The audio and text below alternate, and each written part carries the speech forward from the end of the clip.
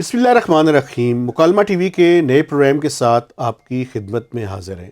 جی وقار گیلانی صاحب، کون سی امپورٹنٹ خبر شیئر کرنے والے ہیں؟ میرے خیال سب سے اہم بات جو اس دن بھی آپ نے بات کی کہ معیشت اور پولیٹیکل اکانومی کی بات کی، تو ایک بڑا چند دنوں سے یہ بات گشت چل رہی ہے مہتاب صاحب، اور یہ کہ جی ایس پی پلس کے حوالے سے ایک یورپین یونین کی رپورٹ آئی ہے جس میں انہوں نے انڈیکیشن کی ہے کہ اگر آپ اس کی ریوائول چاہ رہے ہیں، اس میں انہوں نے تھوڑا سا پاکستان کو یاد دہانی کرائی ہے، یہ پش کیا ہے کہ فریڈم آف ایکسپریشن، میڈیا کی فریڈم، اور یہ جو مسنگ پرسنس کے حوالے سے چیز ہے، اس کو آپ چونکہ ہیومن رائٹس کے حوالے سے آپ کو پتہ ہے ان کی بہت ساری چیزیں ہوتی ہیں، تو انہوں نے اسپیسیفکلی اس کو مینشن کیا ہے کہ آپ ان چیزوں کے بارے میں غور کریں۔ اس میں آپ ان کے خیال میں بہت ساری ایسی چیزیں ہو رہی ہیں جو فریڈم آف ایکسپریشن کے خلاف ہیں، میڈیا فریڈم ہرٹ ہو رہی ہے، اور اس کے ساتھ ساتھ مسنگ پرسنس کا نمبر بڑھتا جا رہا ہے۔ اچھا، یہ جو جی ایس پی پلس ہے نا سر، میں تھوڑا سا اس کا بیک گراؤنڈ اگر مجھے اجازت دیں جی تو میں جی بتا دوں تاکہ پورے کانٹیکسٹ میں بات ہو۔ یہ دسمبر 2023 میں ختم ہو رہا ہے۔ اس میں پاکستان کی آنے والے مہینے میں یہ آنے چند والے دن بعد چند یہ ایک مہینے بعد تقریباً، تو یہ انہوں نے ایکسٹینڈ کر دیا ہے۔ پروسیجرل ان کی ریکوائرمنٹس باقی ہیں۔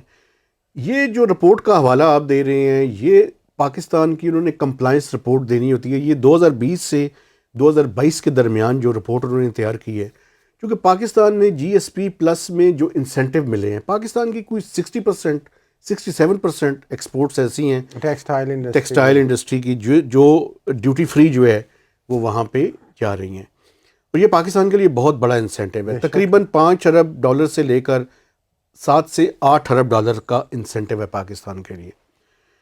تو اس سارے کانٹیکسٹ کے اندر 27 کنونشنز ایسے ہیں جو پاکستان نے ان کو کمپلائی کرنا ہے۔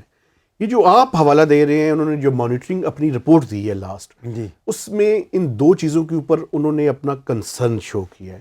باقی تمام چیزوں کے بارے میں انہوں نے کہا ہے کہ پاکستان پروگرس کر رہا ہے، یا کمپلائنٹ ہے، یا سیٹسفیکٹری ہے، لیکن ان چیزوں کے بارے میں ایک تو فریڈم آف سپیچ، خاص کر فریڈم آف پریس، اور دوسرا ہیومن رائٹس کی جو وائلیشنز ہیں، یہ دو امپورٹنٹ 3 ایشوز ہیں جو ای یو نے اٹھائے ہیں۔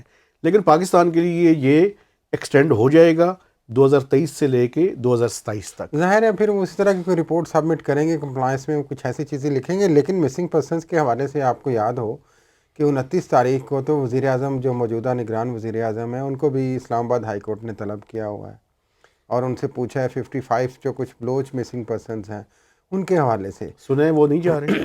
میرے خیال ہے وہ پہلے بھی ان کو بلایا گیا تھا تو ایک کمپلائنس کی رپورٹ پیش کی گئی تھی، لیکن اس سے پہلے آپ کو یاد ہو تو شہباز شریف صاحب کو بھی بلایا گیا تھا۔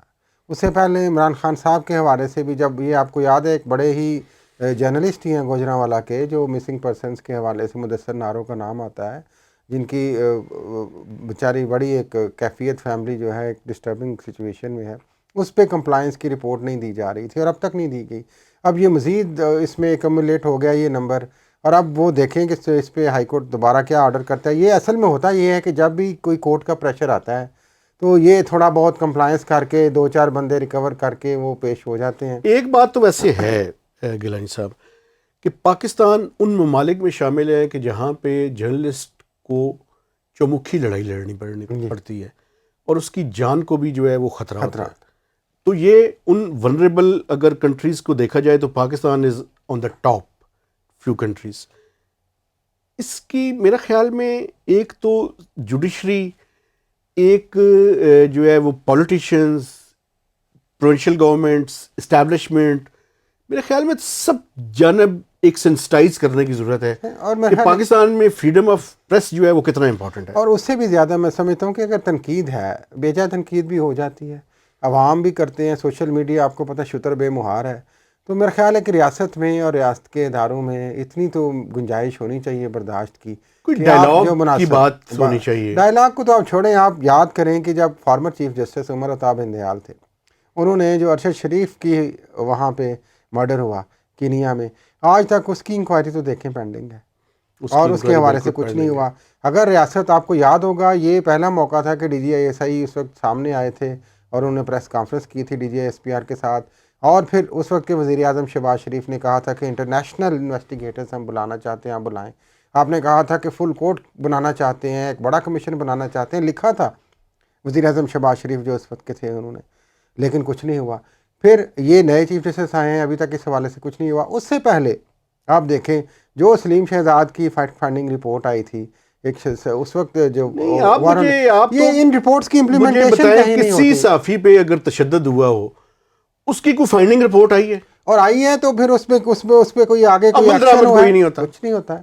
تو ایسے یہ سوالات جو ہیں یہ ایک طرف تو ہماری فرسٹریشن کو بھی شو کر رہے ہیں، لیکن ایک طرف دوسری طرف جو ہے وہ ریاست کے اوپر بھی سوالیہ نشانات ہیں. بالکل. اس لیے میرا خیال ہے کہ اب وقت آ چکا ہے کہ ریاست اپنے آپ کو نظریں نہ چرائے اور ان سوالات پہ جوابات دے.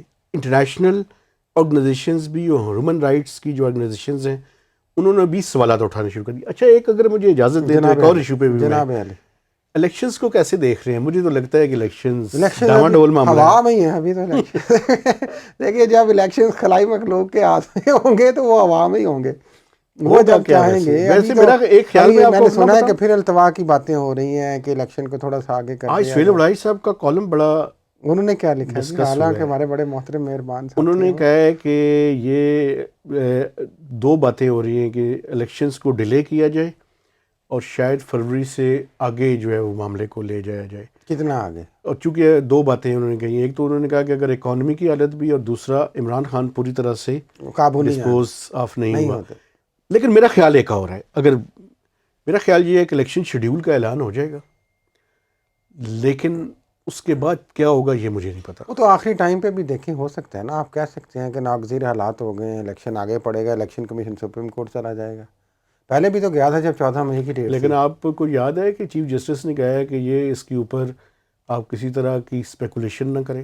دیکھیں ابھی تک آپ چاہتے ہیں کہ آپ کو بلا لیا جائے؟ نہیں ہمیں بلائیں، لیکن ہمیں ہیئرنگ سننے کے لیے بلائیں، ویسے نہ بلائیں. اسپیکولیشن نہیں ہے. ہم امید کر رہے ہیں کہ اگر ڈیلے ہوتے ہیں تو پھر چیف جسٹس جنہوں نے یہ لکھا ہے میڈیا کی اسپیکولیشن کے حوالے سے وہ اس پہ امیڈیٹ نوٹس لیں گے. لیکن آپ کے خیال میں کل عمران خان جو ہیں وہ پیش ہو جائیں گے احتساب عدالت میں؟ وہاں ان کا جو کیس چل رہا ہے ڈاواڈولی ہے وہ معاملہ بھی 50% چانسز ہیں. لیکن ایک بات اور بھی ہے، میاں نواز شریف کی آج پیشی ہوئی جج صاحب نے تو اور 2 دن بعد پھر انہوں نے بلا لی، 2 دن پیشی پھر آگے رکھ لی، فوری کر رہے ہیں. ایگزمپشن بھی انہوں نے مانگا ہے جناب کہ مجھے نہ آنے دیا جائے، اور وہ تو سیکیورٹی کا رسک ہوگا نا سر. لیکن میرا خیال ہے کہ جس طریقے سے وہ آپ یاد کریں پی ایم ایل این کی وہ دہائیاں جو عمران خان صاحب کے ریلیف کے وقت آتی تھی کہ کتنی تیزی سے سسٹم چل رہا ہے. بات سنیں، ٹھہری کتنی تیزی، آج وہی سسٹم ان کے حق میں تیزی سے چل رہا ہے. آپ کو 2016-17 کے بعد کی چیزیں نہیں یاد؟ میں ساروں کی بات کر رہا ہوں کہ اب آپ کا جھکاؤ ایک طرف کیوں ہو جاتا ہے؟ جب سسٹم کا جھکاؤ کسی کی طرف ہوگا تو وہ تیز ترین چلے گا. بس بات یہ ہے. تو اب نظر عنایت جو ہے وہ ان پہ زیادہ ہے. تو نواز شریف صاحب کے کیسز اور ان کو ریلیف اور ان کو ہم نے کلیئر کر کے اگر چوتھی بار وزیر اعظم پاکستان بنانا ہے، جو کہ ان کی پارٹی شدت سے کہہ بھی رہی ہے اور امید بھی رکھ رہی ہے اور چاہ بھی رہی ہے، تو پھر تو میرا خیال ہے کہ ابھی جو عمران خان صاحب کل اگر نہیں جاتے تو اس کا مطلب یہی ہوگا کہ ابھی عمران خان صاحب کا جو پروجیکٹ ہے وہ ڈسپوز آف ہونا ہے. ایک چیز کی اگر مجھے اجازت دے تو ایک خبر میں شیئر کرنا چاہتا ہوں. آپ نے پالیٹکس ڈسکس کر لی چونکہ آپ کا پسندیدہ سبجیکٹ ہے، میرا پسندیدہ سبجیکٹ اکانومی ہے.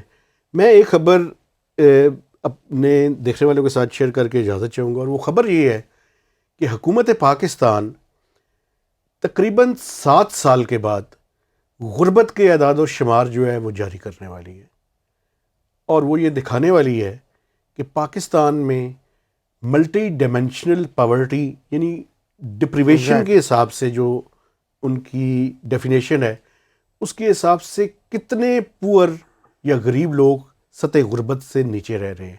یہ آئندہ آنے والے 2 سے 3 دنوں میں یہ نمبرز شیئر کر دیں. اور میرا خیال ہے الارمنگ نمبر ہوگا. ابھی تک کی جو 7 سال میں کووڈ بھی آیا، اکانومک ہماری جو کرنچ آیا ہے، اس میں انسٹیبلٹی آئی ہے پولیٹیکل، اس کی وجہ سے جو کیوس ہوا ہے، تو آئی فیئر کہ یہ نمبر جو ہے بہت زیادہ شاید ہو.